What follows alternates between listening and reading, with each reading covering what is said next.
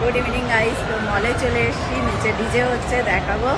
তো এখন তো সবাই জানো নিউ ইয়ারে খুব খুব খুব এখানে সব জায়গাতেই এনজয় হয়। তো এখানে সুন্দর করে সাজিয়েছে, দেখাই তোমাদের।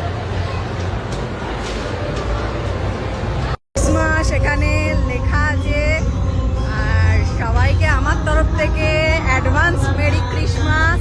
খুব সুন্দর সাজিয়েছে।